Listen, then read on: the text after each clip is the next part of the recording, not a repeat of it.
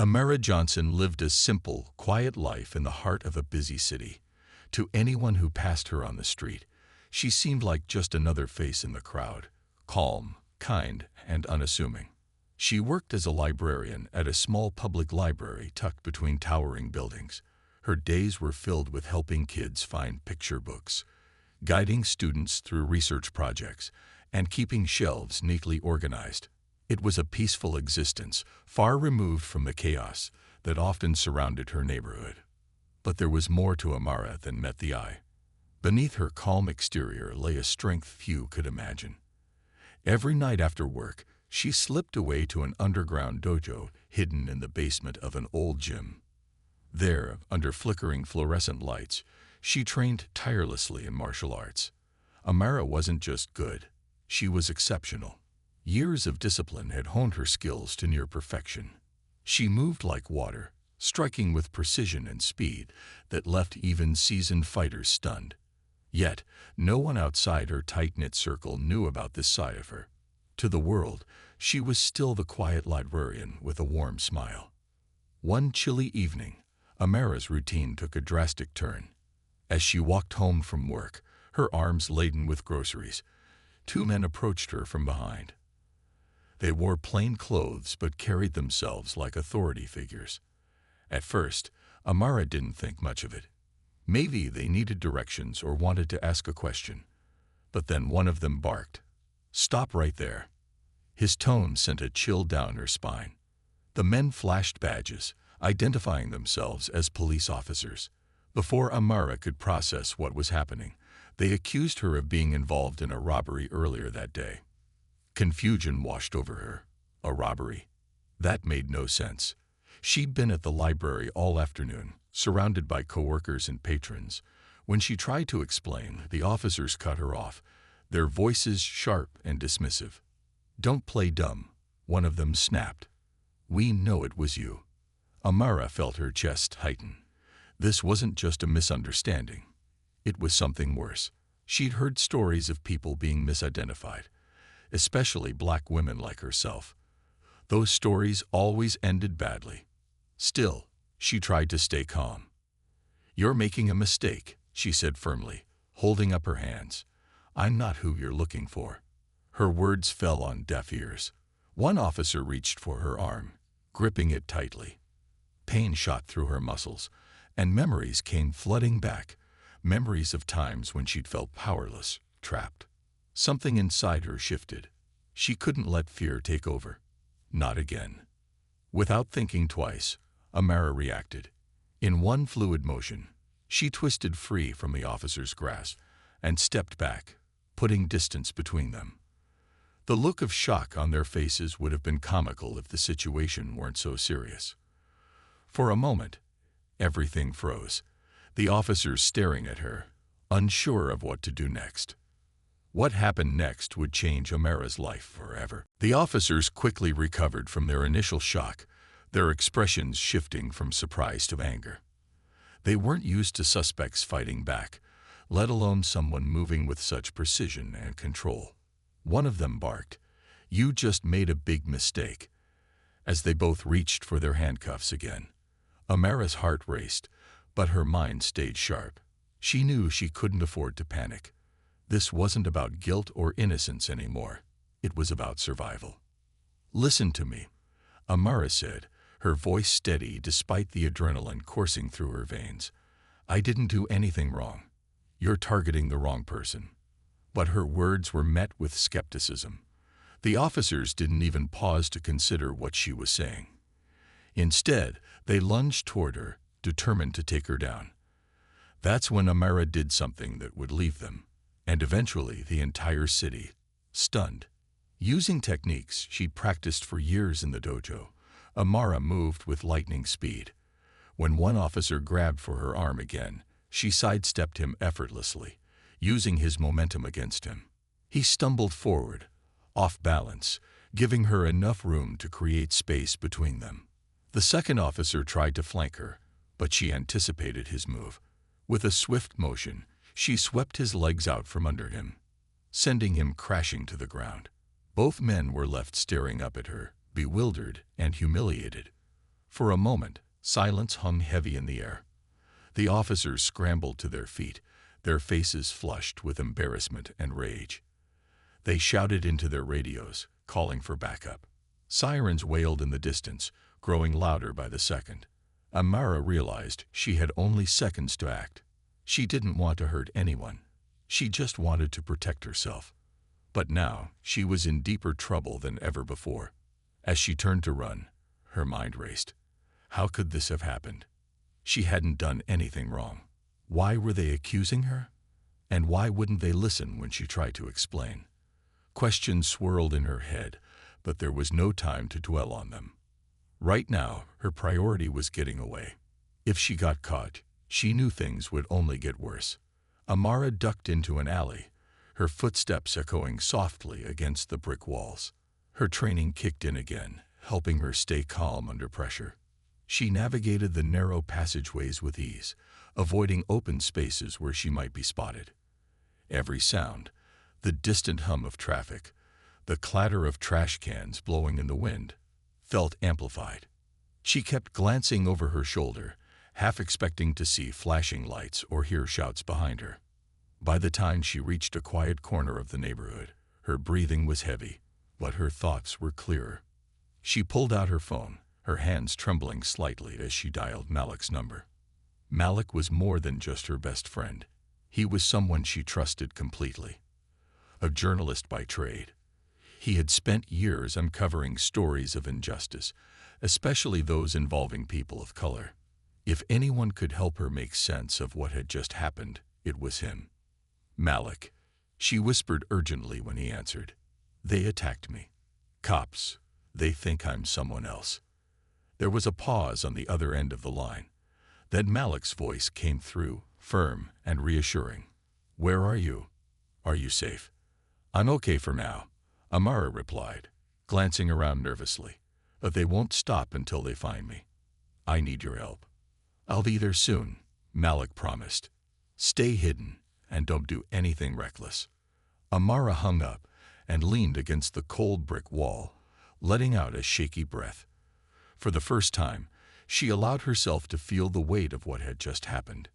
2 police officers had mistaken her for a criminal, treated her like a threat without evidence, and then attacked her when she tried to defend herself. Now, because of their actions, she was being hunted like a fugitive. But Amara wasn't just any ordinary person. She was smart, resourceful, and capable of far more than anyone realized. As she stood there in the shadows, she made a decision. She wouldn't let this break her. She would fight, not just for herself, but for the truth. And if the world thought she was dangerous now, they hadn't seen anything yet. Word of the incident spread like wildfire through the police department.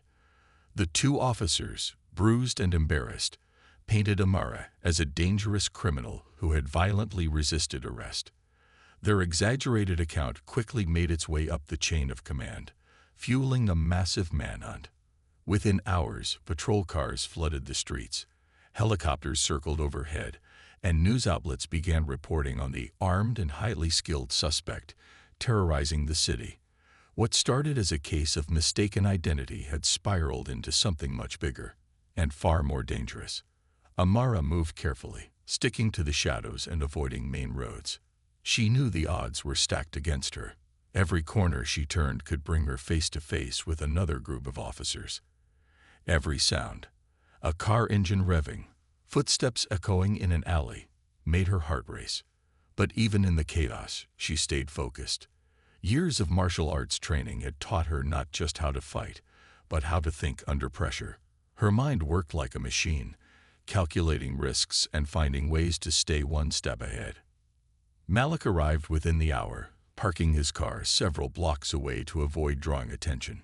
He found Amara huddled behind a dumpster in a deserted alleyway, her face pale but resolute.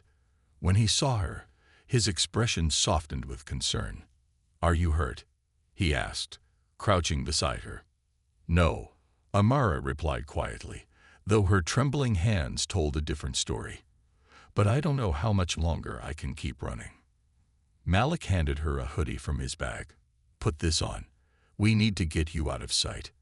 As she pulled it over her head, He explained what he'd already uncovered. Surveillance footage from a nearby convenience store showed Amara walking home at the exact time the robbery occurred elsewhere in the city. Witnesses placed her miles away from the scene. It was clear she wasn't involved, but convincing the authorities would be another battle entirely. "We'll prove your innocence," Malik assured her.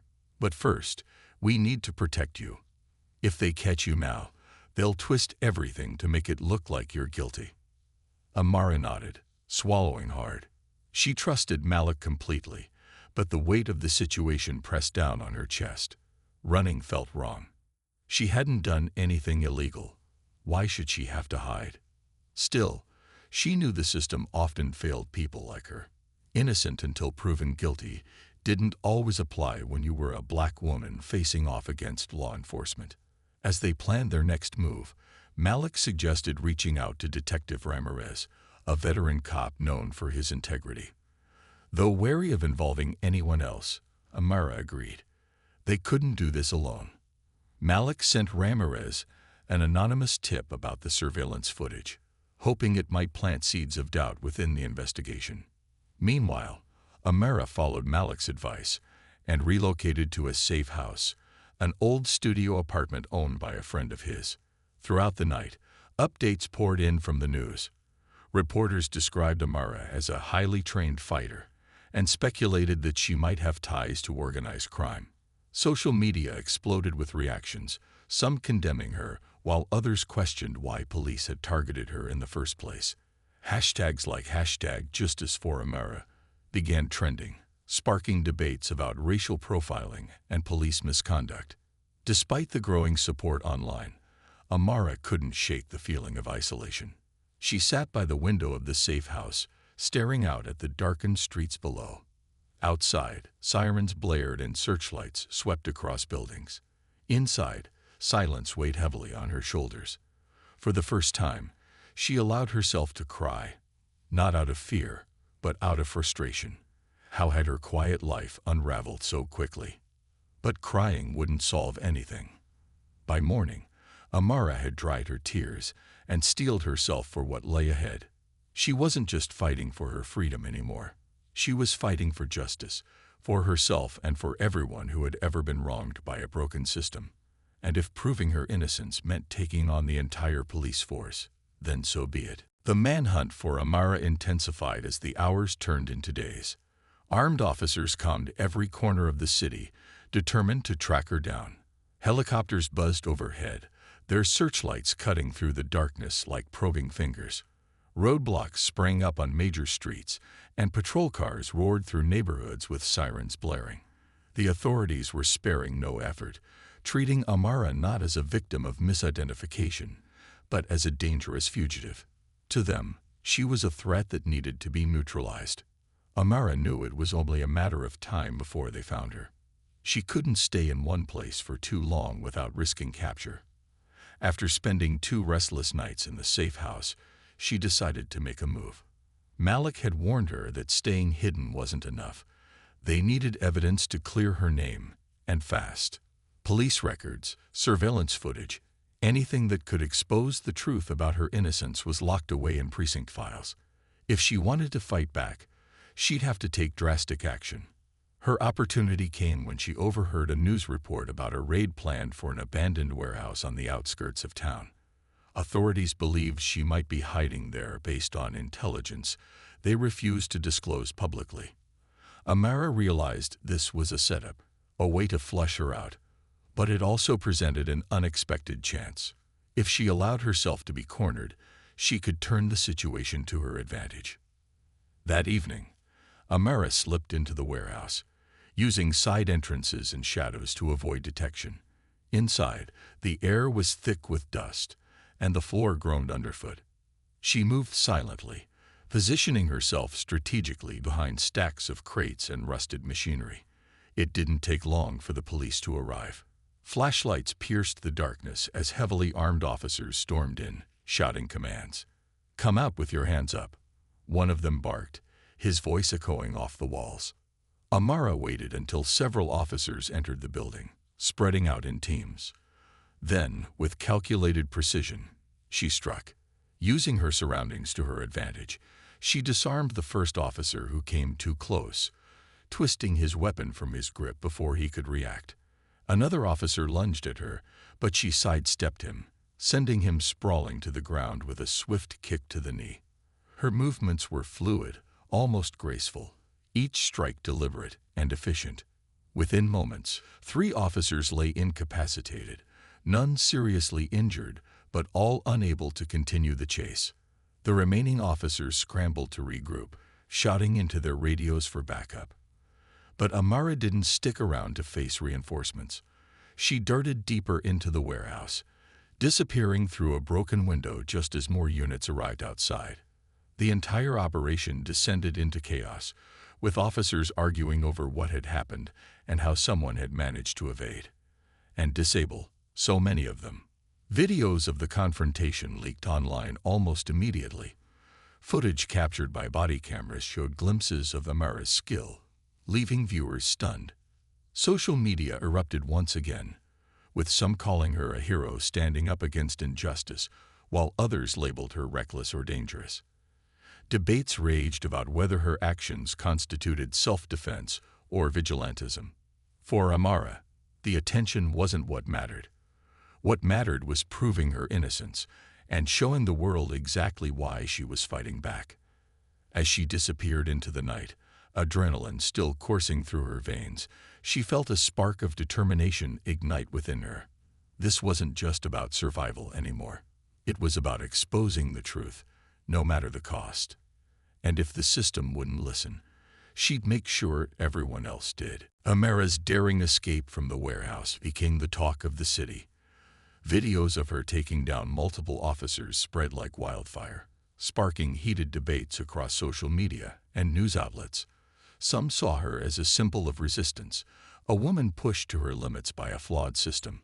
Others criticized her actions, calling her reckless or dangerous. Amid the chaos, Malik worked tirelessly to keep the focus on the real issue: Amara's innocence. The surveillance footage Malik had uncovered was clear evidence that Amara wasn't involved in the robbery. It showed her walking home at the exact time the crime occurred, miles away from the scene. But getting this information into the right hands proved challenging. Police officials were tight-lipped, refusing to comment on the case or acknowledge any mistakes. That's when Detective Ramirez stepped forward, risking his career to help. Ramirez had always been different from many of his colleagues. He joined the force because he believed in justice, not power. Over the years, he'd grown disillusioned with the corruption and bias he witnessed within the department. When Malik reached out to him anonymously, Ramirez didn't hesitate to investigate. After reviewing the surveillance footage and hearing accounts from eyewitnesses, he knew something was deeply wrong with how the case against Amara was being handled. Late one night, Ramirez met Malik in a quiet parking lot far from prying eyes. The detective handed over a flash drive containing internal documents that painted a damning picture. They revealed inconsistencies in the initial report filed by the 2 officers who attacked Amara, as well as evidence suggesting racial profiling played a role in their decision to target her. "This is bigger than one bad arrest," Ramirez said grimly. "If we don't expose this now, it'll keep happening." Malik nodded, gripping the flash drive tightly. "We'll make sure people see this, but you know what this means for you, right? If anyone finds out—" "I'm aware," Ramirez interrupted, his voice steady but tinged with sadness. "But I swore an oath to protect and serve, not to cover up lies." With Ramirez's help, Malik published a bombshell expose. The article laid bare the truth about Amara's innocence, highlighting systemic issues within the police department. It included screenshots of the surveillance footage, transcripts of witness statements, and excerpts from the leaked documents. The story went viral almost instantly, drawing national attention. Protesters took to the streets demanding accountability, while lawmakers called for investigations into misconduct within law enforcement. Meanwhile, Amara remained on the run, constantly moving to avoid capture. She followed updates on her phone, feeling a mix of relief and frustration. Relief because the truth was finally coming out, but frustration because she still couldn't step forward without fear of retaliation. Every time she thought about turning herself in, she remembered the look in those officers' eyes when they attacked her. Would they even believe her if she tried to explain? One evening, as she hid in another temporary safe house, Malik called with urgent news. "They're planning a massive raid tomorrow morning," he told her. "They've narrowed your location to a few blocks near downtown." Amara exhaled sharply. "Then I need to move again." "No," Malik replied firmly. "You can't keep running forever.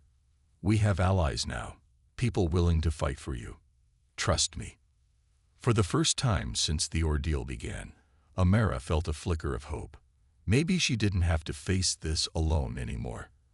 But trust was hard to come by after everything that had happened.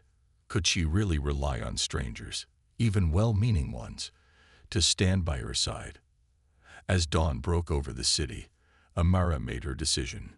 She wouldn't go down without a fight, not just for herself, but for everyone who had ever been failed by the system. If the world thought she was dangerous before, they hadn't seen anything yet. Amara knew she couldn't keep running forever. Every safe house, every shadowy alley, brought her closer to being caught. But more than that, she was tired of living in fear. The truth was out there, thanks to Malik and Detective Ramirez. But it wasn't enough. She needed concrete proof, something undeniable that would force the authorities to admit their mistake. And she knew exactly where to find it. Late one night, Amara slipped into police headquarters, a massive building that loomed over the city like a fortress. It was risky, almost reckless, but she had no other choice. Dressed in dark clothing and wearing a hoodie pulled low over her face, she moved through the shadows with precision. Her years of training weren't just about fighting. They were about discipline, focus, and knowing how to stay invisible when it mattered most. The security system posed a challenge, but not an insurmountable one. Using tips from Malik, who had studied the layout of the building, Amara avoided cameras and bypassed locked doors using tools he'd smuggled to her earlier. She navigated the maze-like corridors with ease, her heart pounding but her movements steady. Finally, she reached the records room, a dimly lit space filled with filing cabinets and humming servers. Inside, Amara found what she was looking for: internal reports, dashcam footage, and communications logs that confirmed everything Malik and Ramirez had uncovered. The documents painted a damning picture of incompetence and bias. They showed how the officers who attacked her ignored protocol, skipped proper identification checks, and fabricated details to justify their actions. There were even emails revealing pressure from higher-ups to pin the robbery on someone quickly, anyone, to save face. As Amara copied the files onto a small USB drive, she heard footsteps approaching. Panic surged through her, but she forced herself to stay calm. She ducked behind a server rack just as two officers entered the room. They chatted casually, unaware of her presence. Amara held her breath, her muscles coiled like a spring, ready to move if necessary.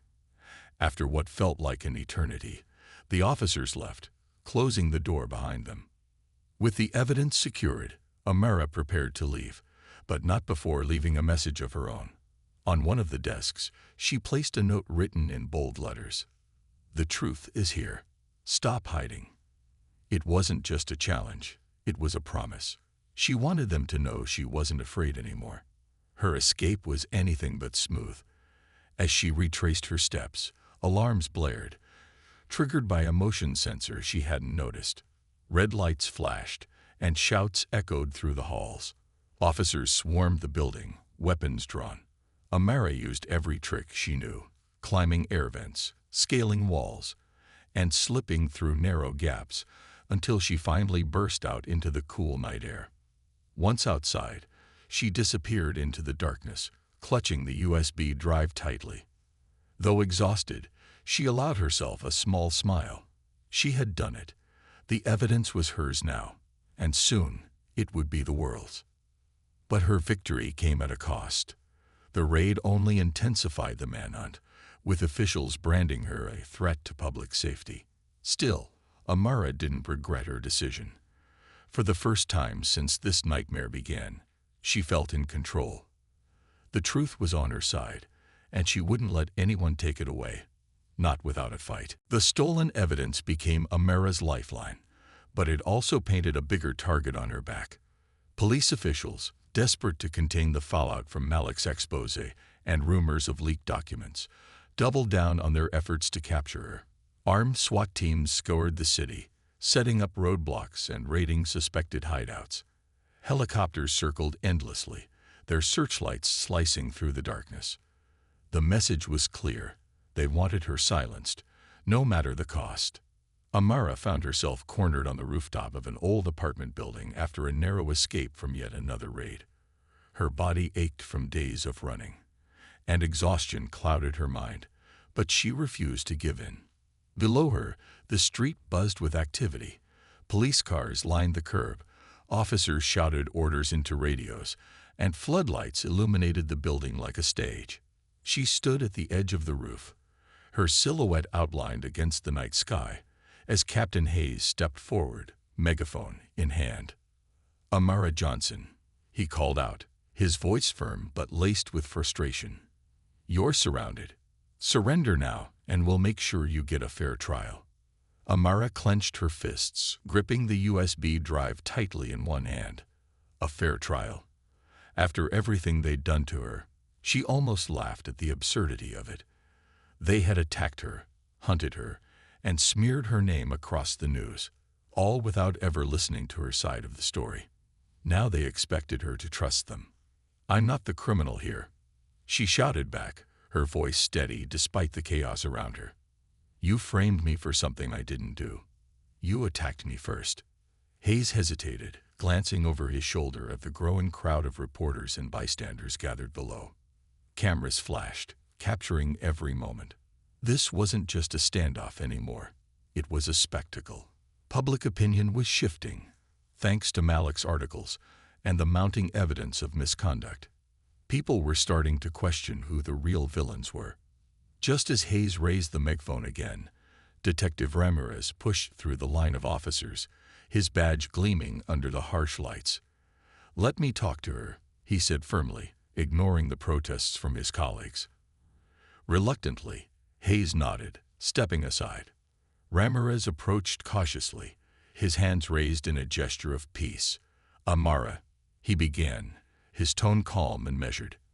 "I know you don't have any reason to trust me, or anyone else in uniform, but I want to help. What you're holding proves your innocence. Let us use it to make this right." Amara studied him carefully, searching for signs of deception. His face was open, his eyes sincere. Behind her, the SWAT team tensed, ready to act if she made a wrong move. But something about Ramirez felt different. He wasn't here to arrest her. He was here to fix what had been broken. "If I surrender," she said slowly, "what happens next?" "You'll be taken into custody," Ramirez admitted, "but I'll personally ensure the charges are dropped once the evidence is reviewed. The officers involved will be held accountable. We can't undo what's been done, but we can start making things right." For a moment, silence hung heavy in the air. Amara weighed her options. Running hadn't worked. Fighting had only made them angrier, but surrendering meant placing her fate in the hands of the same system that had failed her. Still, deep down, she knew this was the only way forward. She couldn't keep running forever. "Fine," she said finally, lowering her arms.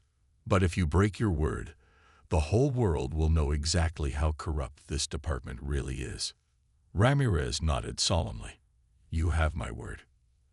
As Amara stepped forward, flanked by officers who treated her like a ticking bomb, she felt a strange mix of relief and apprehension. This wasn't the end. It was just the beginning. The fight for justice was far from over, but for the first time, she wasn't fighting alone. Months later, Amara stood in a courtroom packed with people, supporters, reporters, and curious onlookers who had followed her story from the beginning. The room buzzed with anticipation as the judge prepared to deliver the final verdict. Cameras flashed, capturing every emotion on Amara's face: relief, determination, and a quiet strength that had carried her through the darkest moments of her ordeal.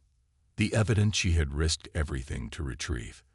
The internal reports, surveillance footage, and communications logs had been presented during the trial. It painted an undeniable picture of misconduct, racial profiling, and systemic failures within the police department. Witnesses testified about the officers' reckless actions, while experts analyzed the documents, confirming their authenticity. Even some members of law enforcement came forward, admitting they had long suspected corruption, but feared speaking out. When the judge finally spoke, his words echoed through the silent courtroom. After careful review of the evidence, all charges against Ms. Amara Johnson are hereby dismissed. Furthermore, an independent investigation will be launched into the conduct of the officers involved, as well as broader issues within the department. A wave of cheers erupted from the crowd, but Amara remained still, absorbing the weight of the moment. She wasn't celebrating victory. She was acknowledging survival. This journey had taken so much from her. Her peace of mind, her trust in authority, even pieces of her innocence. But it had also given her something unexpected: purpose. In the weeks that followed, Amara became a symbol of resilience and justice. Her story inspired countless others to speak up about their own experiences with discrimination and injustice. Activists rallied around her, using her case to push for reforms in policing practices and accountability measures. Lawmakers introduced new legislation aimed at addressing systemic biases and protecting individuals from wrongful accusations. But Amara didn't stop there.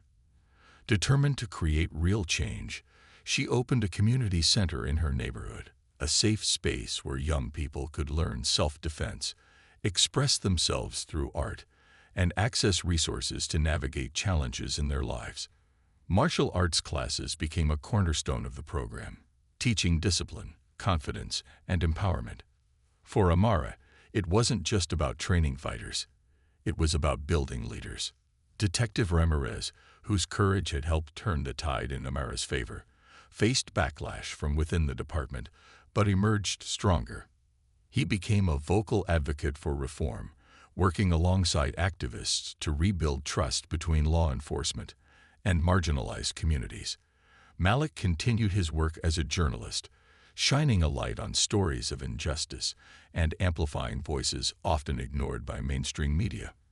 As Amara looked out at the crowd gathered for the grand opening of her community center, she felt a deep sense of gratitude.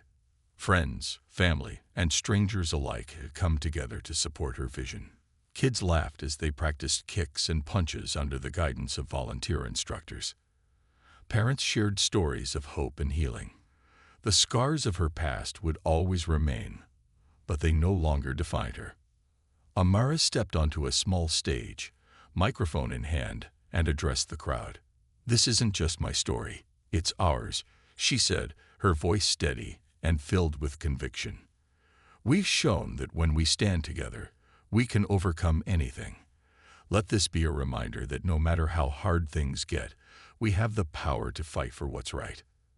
The applause that followed was thunderous, a testament to the impact one person's courage could have on an entire community. Amara smiled, knowing her battle wasn't over, but she was ready. Whatever challenges lay ahead, she would face them head-on, armed with the same determination that had brought her this far. And this time, she wouldn't be alone.